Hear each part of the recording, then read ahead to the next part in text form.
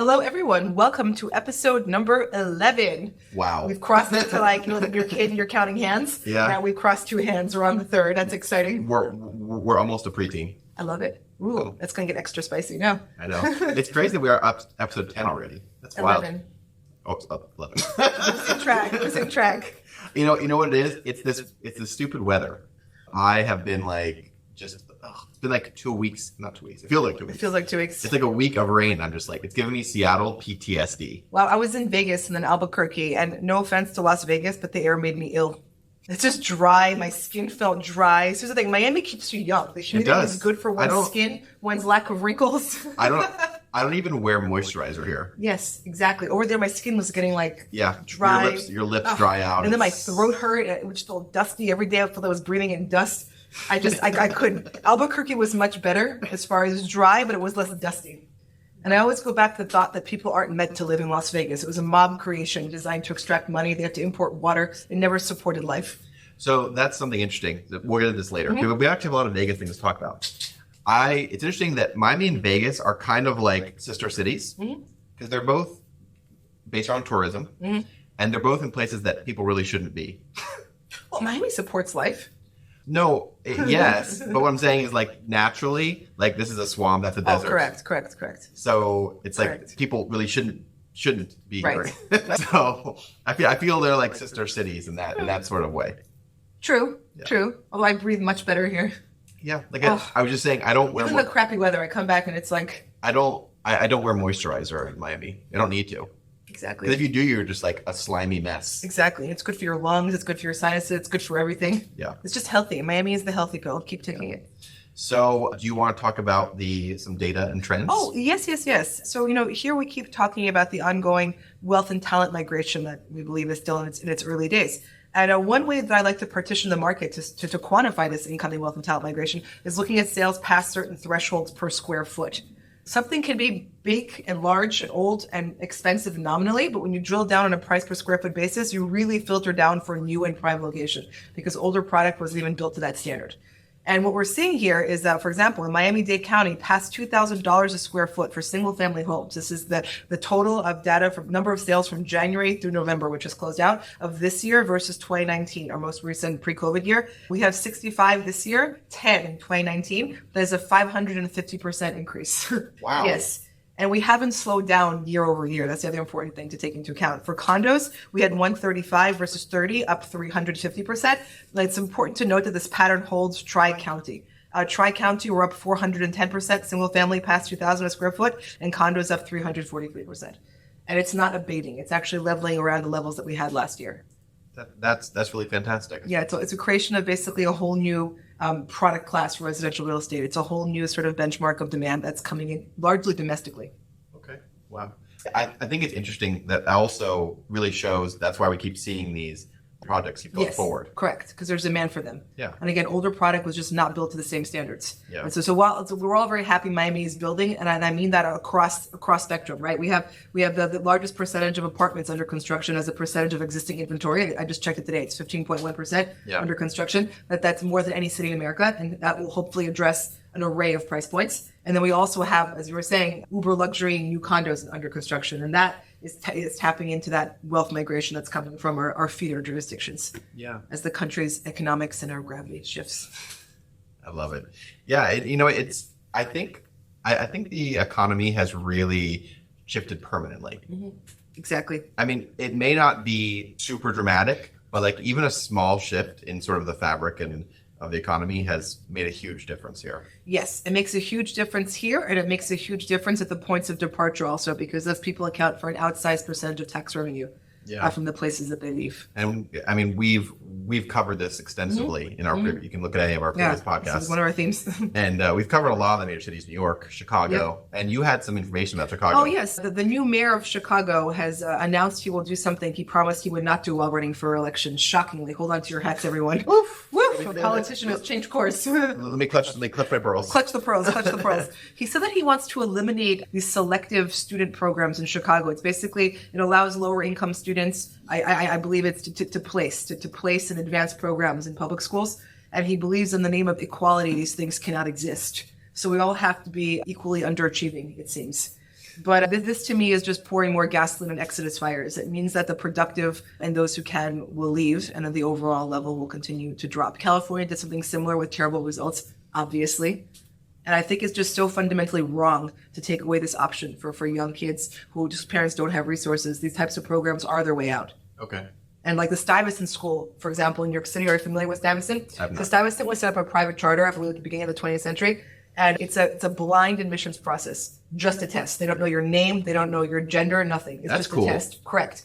This school is attacked pretty consistently. Everyone is welcome to Google it by various forces in New York City because they deem that it's not inclusive and it's racist. Because the school is today heavily Asian. Okay. Heavily Asian. Now, mind you, these are not rich Asian kids. Okay. These are kids who are studying their butts off, whose parents don't have money for tutors, anything else. And according to forces that be, it is somehow unjust and racist that they're taking up the majority of Stuyvesant School. But no one is stopping anyone else from studying either.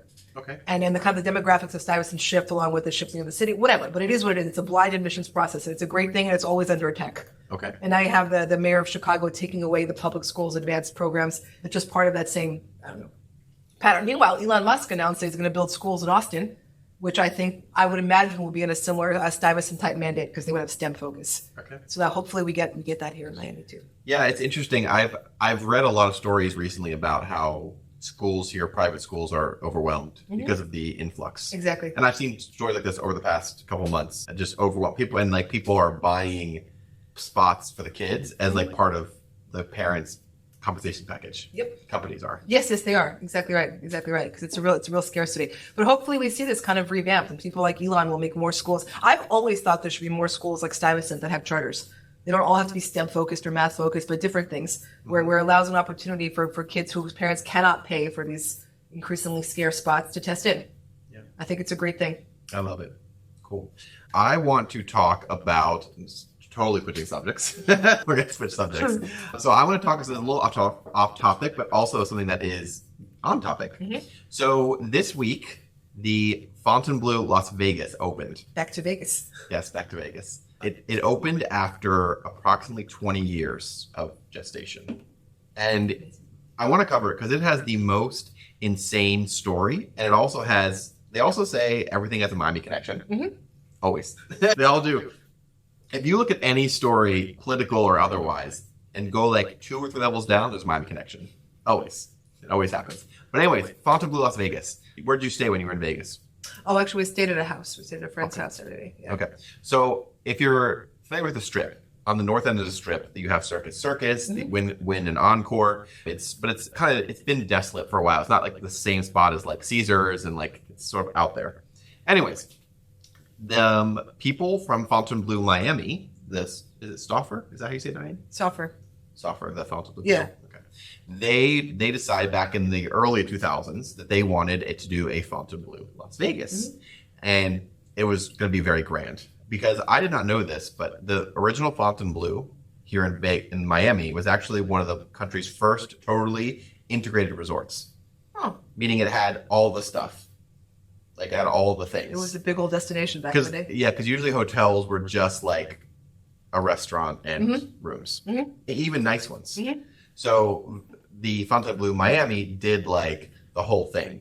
They did like I think they had a casino at one point, and they had like a showroom and blah blah blah. And all sorts of famous performers coming through. And yeah, so they did all of that, and then anyway, this is 1960. So fast forward to 2000, they said they were going to do it, and they launched like 2 years before the Great Recession, and they got to about 75% built, and then the banks pulled financing during the crash. And so the Fontainebleau people lost it in the recession, and then it sat for a couple years. And they actually auctioned off the interiors. oh wow, It's like back in 2000 something. They said the interior is off to some other hotel in Vegas. Anyways, so then after that, Carl Icahn bought it. You know, he's a corporate raider, hedge fund guy. I'm not sure. Anyways, he's a corporate raider. He bought it for like pennies on the dollar and just sat with it for like 10 years. Just rotting there. And this is the tallest occupied building in Nevada. The stratosphere is taller, but this is the tallest actual building. So anyways, he had it and he just sat it. And then right in 2018-19, he sold it to Wyckoff. And Wyckoff had great plans to redo it and launch the whole resort. And this, of course, is about 2 years before the pandemic. So Great timing again. yeah. So they got started in like December of 2019. And so then obviously they got derailed. There's a mini recession again. So they stopped building. Mm-hmm. And then 2021, the original Fontainebleau people bought it back. Wow. Full circle. Yeah. Along with another real estate partner. And it just opened this Wednesday. And it looks absolutely beautiful. They did a beautiful modern job of translating this 1950s, 60s Fontainebleau to the modern day. Oh, interesting. And the reviews have been stellar. Oh. And they have things there like poppy steak. I saw people posting pictures. Yeah. Okay, that makes sense now. Yes. I saw Poppy Steak Vegas all over Yeah, Instagram. the Poppy Steak Vegas. They have Live Club. Mm-hmm. They basically took all the Miami things to Vegas. Right. So this is the Miami connection here now. Which is fabulous. I love all that. So I know it's sort of a long drawn out story, but to me, I think that's just great all the way around, full circle. Came full circle and with a strong Miami connection. Yeah, Spreading it. Literally. And they also do a ton with Dave Grutman. Mm-hmm. So it's pretty cool. Let's check it out next time I'm in Vegas. I know, and the spa looks ridiculous. Oh, nice. I'm a spa junkie, and it's called Lapis here, Fontainebleau. I think it's called Lapis. It's beautiful, but in Vegas, it looks like just absolutely, much fun. absolutely next level. So much fun. So I'm excited. We'll check that out next time and not go on the street and breathe in the dust. We'll just stay indoors and spa. Yeah, it's funny. People, both Miami and Vegas are hot, but like they are totally opposite. 100%. Miami air feels good. It's good for you. Vegas air does not. It feels terrible. It took me days to get over it. And we're so spoiled here also. This is what it is. Yeah. Like I felt like, I know there are training centers there. There's boxers and people. How do they live and train there? I don't understand. The air quality is like terrible. I remember going there and I went outside. It's like in July. I went outside at like 11 p.m. and it was like the heat was like radiating at like 11 p.m. Yes. It was like 110 degrees at 11. And it was like It's indoor life, really. Yeah, it is. And you drive through the suburbs, there's no one in the street. Oh, yeah. It kind of creeped me out a little bit, the lack of people in the street. And in the supermarkets, like their version of Publix, I forgot what it's called, went in there, it's just empty. I don't understand. Well, I mean, that's because Vegas is the strip. Right, okay. That's it, really. Yeah, I know. That's really it. And then, you have these, this is an interesting fact, I think. Vegas has insane sprawl. Yes. Because it can sprawl. It can, so it does. It does. Yeah. That is something very interesting. We may have other urban problems here in Miami, but we really do not have sprawl. We can't. We're constrained. We don't have sprawl. Yeah. I'll tell you this. I went to Texas one time, and oh my word, the sprawl there broke my brain. I know. Me too. No, I spent a few months in Dallas at one point many years ago. Yeah, I know. I was Dallas. Yeah. And like I drove for like an hour and a half, and I was still in Dallas. Yes, and then there's Plano, and it's all like just connected. It all looks the same. I'm never quite sure where I am. It's like it's just strip malls to like infinity, and so I always think about that because it's like we only have about 13 miles, 15 miles between the ocean and the Everglades. Yeah. Like its widest point. Yep. I did this one time. I drove. It was late at night, and I drove from my house to somewhere out by Doral. And I crossed the entirety of the livable Florida peninsula in like 15 minutes. Yes, that's it. It was like, obviously the Dolphin one has traffic, it's a different story, but sure. That's the distance, really. It was just like, whoop, right there. Yep. No, that's a really good street. And we can't sprawl. Yeah, we build can't. up while we can. Yeah. We'll have empty lots. So whenever people talk about sprawl, I mean, like, kind of you. You can't. I'm like, you have no idea what sprawl is. No, they don't. They don't. Correct. Kendall is not sprawl. No, it's right there. It's right there. And it can't go any further either. The Everglades. Exactly. So, but I think that all goes back to what I was saying is that both Miami and Vegas are sort of sister cities because they really are places where weren't livable before. Vegas had no water, and Miami had all the water. We did have local tribes living here. Modern days, I'm talking about. Oh, well, I'm saying, but I don't think Vegas didn't even have tribes living there. I don't think it just supports life at all. Okay. That's kind of, yeah. Yeah. Like humans were, not all of it, correct, because part of it, but like this general area did have Indian tribes living. Okay. And like the local ecosystem did support life, whereas the local ecosystem in Vegas, I don't think ever supported life because I don't think there were any tribes living there. Yeah. Because there's no water, there's no food, like they weren't living there. I think it wasn't until they built the Hooper Dam and had water. Correct. So there's no indigenous life there. Yeah. Here there was. So In the modern day and age, Okay. in the modern day and age, Las Vegas was a desert, Miami was mangrove swamps. Right. And human ingenuity figured out how to tame, for the most part, Correct. those two areas. Correct. And I find that fascinating. Yes. Because Yeah, I agree. I like when humans say, this place is inhospitable. How do we make it hospitable? Exactly. And we have all these man-made islands, like Yeah. North Bay Village is man-made. Yeah. You know, the palm and hibiscus are man-made islands. Yeah. And there are all these houses there now and people living there, and they didn't exist 100 years ago. I know. It's pretty cool. And I know I've mentioned this before, but I really like to point out just how young of a city Miami is in all relative ways. Like, it's only 127 years old in total, and the modern iteration of it is super young, like 40 years. And then the near modern version is even like newer. Like I was looking at, I sent you a meme or a picture of it. And it was a photo of Brickell on 8th Street facing east. You know, right where the Starlight Hotel is, the Per Hour Hotel, right there in Brickell. You know, the power lunch place. But anyways, it was a picture of like 2007 and versus today. And it was It's insane. shocking. It was shocking, and that's less than 20 years Yeah, ago. correct. It's pretty awesome. Yeah. So I think we lose sight of it because we live here. That it's basically brand new. It is. It really is. And it's early days. That's Yeah. what we keep saying. It's 100% Speaking true. of early days, you were talking about transit earlier. Oh, yes. We had some news of approval for it was environmental approval for some new train lines, train stations. Yeah, it's here. Ah, yes, he has it right there. Yes. That's correct. Yeah, it's the Miami-Dade Northeast commuter rail service. Yep. And this is interesting because it's on the same track as Brightline, but they have not yet decided if Brightline's going to be the operator on that leg of it. Right. It might be Tri-Rail, it might be someone else, but it will run here in the Yeah, stations. it ran Miami Central, Wynwood Design District, Little Haiti, North Miami, FIU campus, Aventura using the existing station rail line. Yeah. Every 30 minutes during the day, every 60 minutes on weekends and late at night. Yeah. Awesome. And this is really I'm excited about this one more than I think other things because that section of Biscayne, I'm going to call it Upper Biscayne, has no transit, and so it is some of the most clogged car-based stuff in like in rush hour. That section of Biscayne is unusable. Yep. And also on that section, there are a ton of developable places. Ton. Exactly. Like this Yep. unlocks from here to Aventura. Yes. And offers a transit solution, which is why it's unlocking it. It's perfect. Correct. So, and also I think this may, if it all works, it may also add to like the rapid transit zoning in the county. Yes. Correct. So now they can do whatever they want. Yep. In terms of parking spaces, I think all those things. Yeah. Any other news you saw that you liked? What else did I like? Da, da, da, da, da. Oh, here's a fun one. Actually, in our neighborhood here, this neighborhood, it is the church that's over here, the old church. Yeah. They are redeveloping the parking lot and turning it into a 42-story Tower. That's cool. And they're going to use the money to restore the church and also build housing and other sites that church organization owns. That's exciting.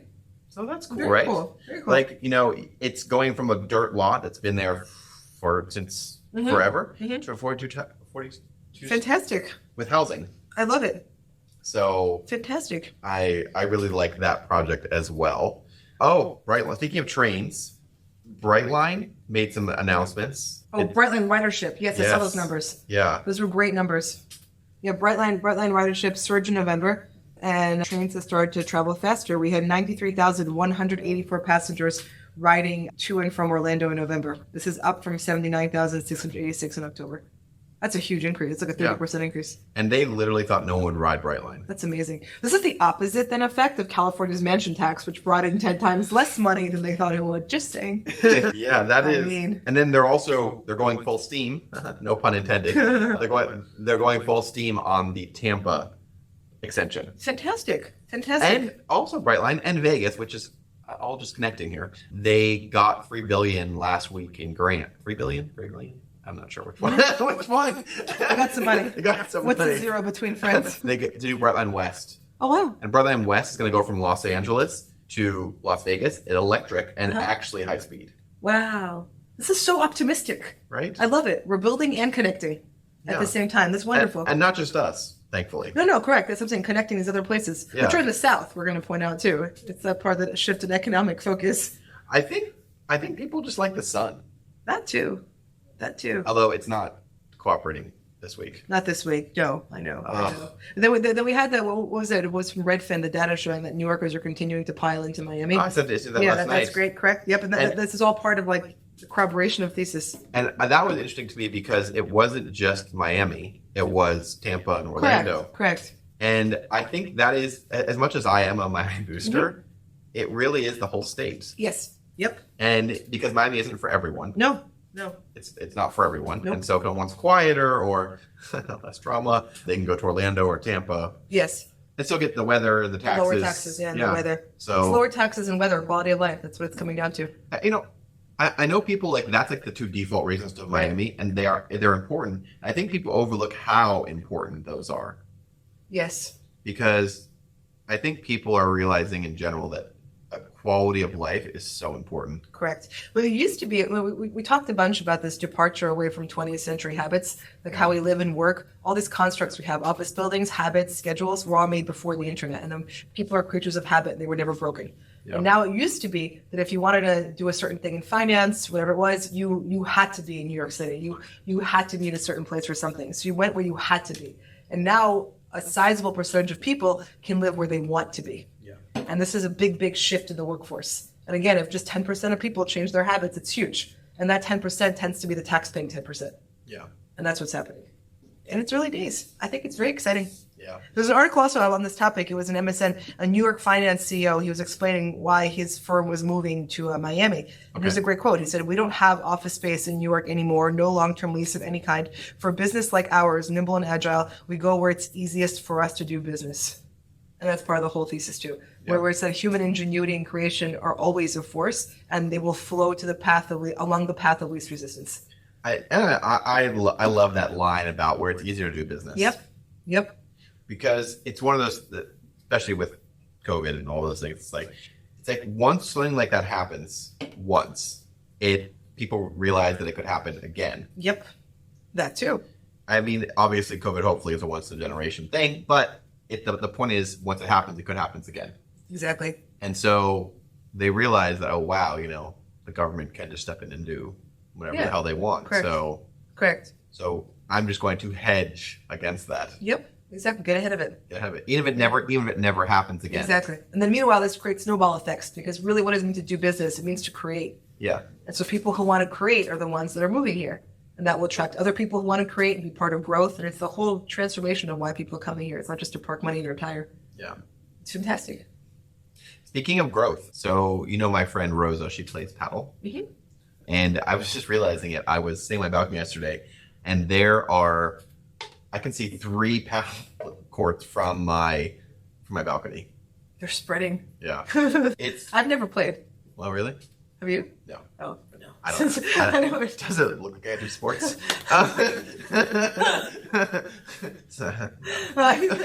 No. But anyway, she loves it, and she's like a total paddle fanatic. Paddle was invented in, I think. Oh, really? I think. Or she'll come in. It's either Mexico or Spain, one of them.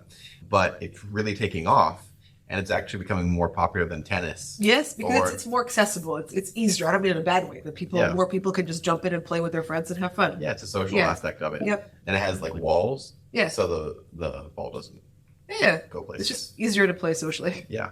But no, speaking of Rosa, I'm very proud of her. She went to Brazil and played in the something international seniors team for the U.S. Amazing. And she placed fifth, I believe. That's fantastic. And I'm really proud of her. It was really good. That's amazing. How fun. Yeah, competing and traveling is so great. It's always good to see your friends winning at things. Yes, that's super fun. Yeah, and it's great. I have 2 friends this week that got new jobs, and I feel like the energy is good.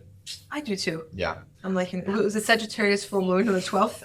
Oh, it was? It was, and we're both Sagittariuses naturally. So there you go. How was your birthday? It was pretty low key, to tell you the truth, because I was traveling and doing all these things, and it was kind of low key. But we're older every day. It's just official once a year. Then I had one friend took me on a belated birthday dinner when I got back 2 days ago. That was nice. Yeah. And then After 30, I stopped counting. A while ago for me. I'm older than Ryan, everyone. I would- Significantly, almost. You're well preserved. Just kidding. That's why I had to get back to the Miami humidity. I can't stay here longer. God forbid I start looking my age. Maybe like that SpongeBob meme, like that dried out. That's how.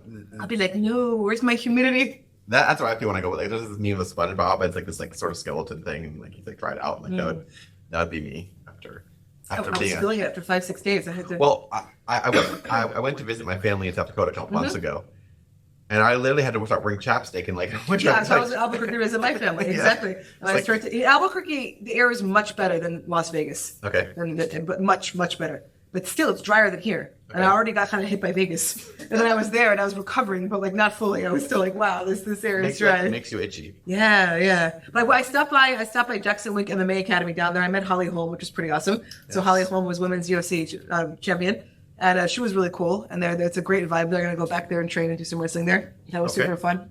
Nice. That was a good trip. And then I had a drama today. Oh, drama. Yes, I called someone a pathetic little man. What? What? Why did you do that?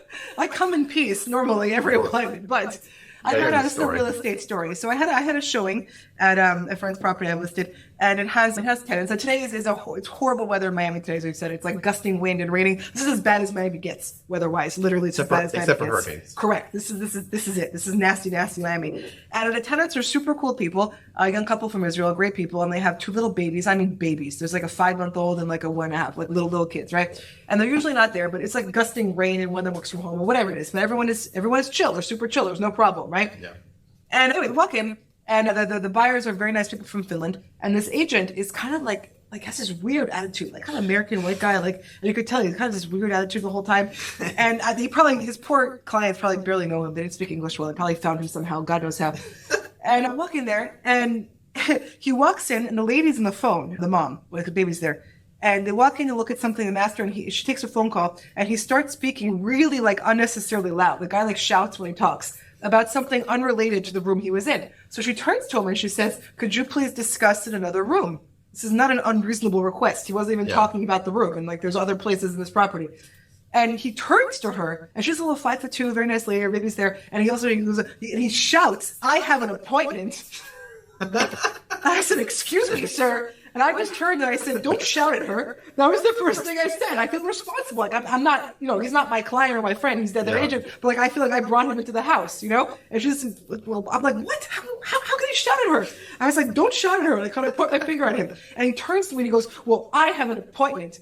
And I said, "Well, this is their house." And like, who shouts in the room with the little baby in it and the mom? Like, are you crazy? And then the dad's like, "Listen, you gotta leave." And he goes, "Oh, well, da-da-da." They start opening things. "I have an appointment." I looked at him. I get very calm with idiots. Like, I'm very good with this. Listen, I train with like MMA fighters all day. Like, I'm like, I compete. I'm super good. I get calm and chill, which is the way we handle psychos. It doesn't even raise my blood pressure. Yeah. And this guy's just like, "No." And I looked right at him and said, "You need to get out right now." And he's like, "Oh," he's shouting at me, whatever. He gets out, and we're in the hallway. He starts shouting at me. He's like, "Oh, we have an appointment. This." I said, "What do you want me to do? It was raining. They couldn't take the baby out." And he goes, "What do I care? It's not my problem."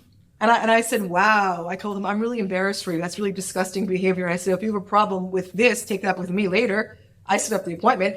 Why are you shouting at people in their house? What is this achieve? Like, what have you done?" This world. It's horrible. And then he's shouting at me some more. Now, we get in the elevator. He goes, "I don't care. I get in the elevator with him," right? So I'm sitting there, and he goes to me, and I'm not even talking. He's shouting. He goes, "You just don't stop talking, do you?" And listen, if I feel like I'm being threatened, a switch goes off. I'm like, listen. First of all, it says, like, I would kill him in this elevator. Like, touch me, please. Like, Please don't. Like, please touch me. This is like what I'm thinking the whole time. And I get very calm, and I looked right at him. And when he said like, "No," something, I said, "So no," I said, "What are you gonna do about it, or what?" Literally, I said this to him. And he just can't make eye contact. And I said, "You know what?" I said, "Sir," very calm. Sir. I said, "Sir, you're a pathetic little man." Yes. And I said to him, "What kind of a man yells at a woman with a baby in the room? I'm embarrassed for you. You're a pathetic little man." Wow. Yes. I would have loved to have been there. Like, I'd have been like this. And he's in this elevator, and I was like, touch me. Like in my head, I'm like, oh, just touch me. Look at my Instagram. I had a grappling match in the cage, okay? I've trained a whole lot what to do with wall situations. Like, touch me. Please touch me for the camera. This is all that I was saying. And then, like, whatever. I'll do whatever I do to him, and then the guards will come, they'll laugh at him, and they'll be like, what a pathetic little man. Which is exactly what he is. Oh, gross. Anyway, not appropriate behavior by any stretch. All kidding aside, I'm very good in these situations because I do know, like, I could kill him in the elevator. I don't care. And I'm very, like, I'm very good at this. But the guy is a bully. He tried to intimidate me, and I'm a woman. He tried to intimidate me. He's a piece of shit, to be completely honest. And he probably would have intimidated most of the women. Yeah. And he's a horrible individual. So, and I told him that I'm reporting him. I'm a governor of the Association of Realtors, and I will report him. Wow. So that's our little taste of tea and drama. Switching a little bit. That was my little interlude there. So switching from that, I have two news stories I think we should touch on that are newsworthy. The first is they got construction permits for the Mandarin Oriental. Oh, that's exciting. On Brickell Key. And they're going to replace it with two towers. One that's like 800 feet and another smaller one. And yeah, so they're going to do that. And that's pretty cool because Swire owns the whole island, technically. They can do what they want. It's causing a big uproar amongst people. Because everyone's like, oh, that's a park. Swire is very smart. They are very smart. Since they've owned the island, they have put signs there that say this is a temporary park. Future development for like 20 years. Right, okay. And by right, they can do whatever they want. People are complaining about blocking the views or shadow, and then they're like, sorry guys, we warned you for 20 years. Like, it wasn't a secret. It wasn't a secret. And it's actually a really beautiful tower. It is. It's going to have a big condo hotel component. Like, there's the hotel, and then there's condos, and then condo hotels. Yes, exactly. Yep. So all three. Yep. The other interesting note is they're doing expansion of the design district in Miami. Oh, west. Okay. Because I don't know if you've been to the design district, you have. If you walk a little bit west, it's like kind of a little bit grimy. Just like 2 blocks away from like Dior. yeah, I know. There's chickens on the street 2 blocks from Dior. So it gets kind of grimy quick. But But the cool thing is they are doing a whole like master plan of it. It's going to have hotels and condos for the first time. So I'm sure it'll be someone like crazy, like Fendi or someone will do it. But yeah, they're hiring David Chipperfield, who is apparently a star architect. Very cool. Yep. And then lastly, I am excited about this one. So my MIA, the airport, is great and also not great. I like it because it's centrally located, very easy to get to, transit connected. But it does have some issues. A lot of things have been broken, escalators, elevators. The SkyTrain was closed because of some structural issues, so there's been some issues. And also they always come up TSA and like there's some issues with the airport. So the Miami-Dade Innovation Authority, who is actually run by my friend, or partly run by my friend Leanne, they just launched a competition to improve accessibility, navigation, and sustainability at the airport buildings. And 3 companies will be selected, and they'll be each provided $100,000 to test their ideas at MIA. That's fantastic. So $300,000 to startups, hopefully local startups. And yeah, they'll get to try out things that maybe will improve the airport. That's wonderful. Yeah. Great. And listen, it's already a good airport. This will get better. So if you are a startup that deals with travel and security and such things, you can go and I'll put the link in here, but there's a link you can go to and you can sign up and pitch. That's fantastic. Yeah. Wow. I applaud the Miami-Dade government for looking outside the box. Yes, and for seeking an innovative solution. And this is how you get creative answers. And so, a side note to this, I am in a group chat that's called Miami Tech Life. And in that group, both mayors are there, Daniela and Francis. And a lot of people put comments in there if they have problems when they're traveling. Daniela has personally responded to some people in that group chat. And so it's like, they do care. That's fantastic. They're paying attention. Politicians aren't perfect. No. But it could be far worse. We could have the mayor of Chicago. Or we could have LaGuardia as an airport. I still have PTSD from all the New York City airports having grown up there. Isn't JFK like really far away too? Yes. With no traffic, it's far away. So you have to allocate just 2 hours for the drive. Every time I go to Miami, I'm like, oh my God, it was so fast. I have PTSD. I lived in New York my whole life. I mean, I think Miami is one of the most accessible airports. You can get there in the traffic in 15 minutes. Yes. Or you can take Metro Rail there for $2. It's amazing. And it takes you to the. If you want to take back in the day the subway to JFK, it was like going through the pits of hell, and it would take you 2 hours. And then people criticize, Miami doesn't have this, Miami doesn't have that. Come on, people. Yeah, New York was considered the capital of the world with all these issues. Yeah.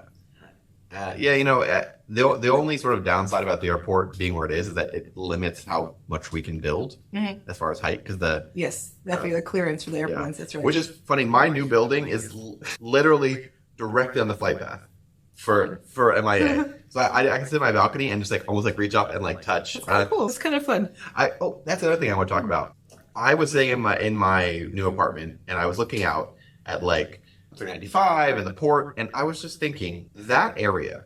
So 395, Venetian Causeway, downtown in Brickell, the amount of people that transit that area in all the ways, in boats, planes, cars, automobiles, walking, whatever, just must be absolutely insane. Yes.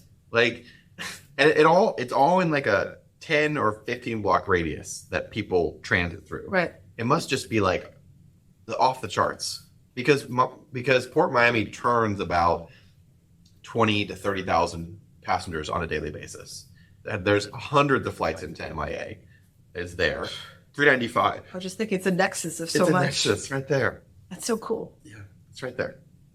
So, anyways, I had that realization. Had the realization. I was like, that's a real flow of people and commerce right there. A lot of it, huge amount in like one.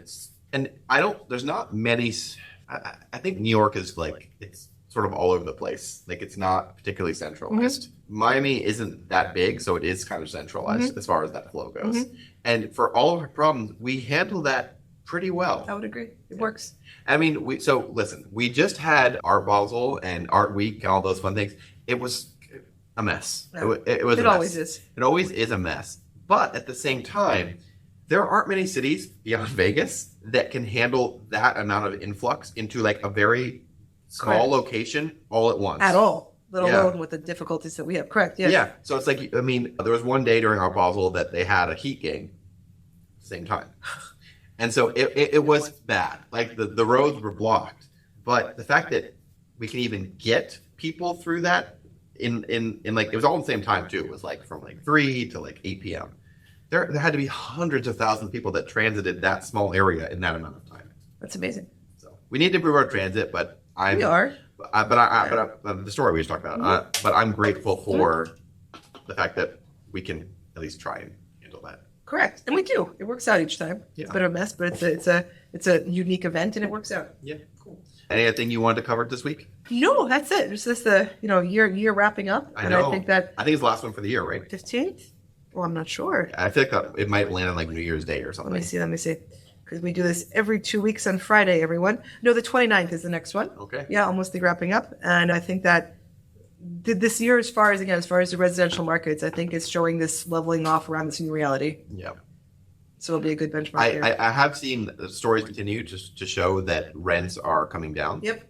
I'm just like, yes. It's a good thing. It's a good thing. It's a good thing. And there is so much inventory about to pop. Correct. It's great. So much. Correct. Both condo and multifamily. Correct. So correct. I'm excited for that. Yep. And along this topic, though, one of the things I keep saying is that single-family home purchases within proximity of the urban core really lock in land value if you buy into the long Miami thesis, and they do. And now we're actually seeing that the single-family home market at all price points below $500,000, because at the lower price points, that's where the volume was, is actually up year over year, while the condo market is not. Okay. And I believe that as it becomes very obvious to everyone over time that Miami is still in its early days, that this realization will become clear, that those single-family home purchases lock in land value. I think it's like a scarcity thing. Because if you think about just the number of prime lots, we can't build more of them. Yes. Whereas you can build more condos if you go vertical, but you can't for single-family. I think we're starting to see this realization reflected in the market. I love it. That's always a good thing. I think the new year is going to bring in some good stuff, and I think we're going to see a lot of cool announcements around the new year. I think it's all January. I agree. I think it's still early days, as we keep saying. Yeah. But I think that's just a period of the country that we're in. And the reality that we have here in Miami and some other places that are on the receiving end of the wealth and talent migration, that reality will continue to diverge from others. Yeah. Cool. All right, guys. Well, thank you for watching. And if you ever want us to cover anything or talk about anything, please leave in the comments or DM us, DM either of us. If you have any tea you want spilled, we are happy to help with that. But once again, thank you guys and have a wonderful Christmas. and New Year's. Yes.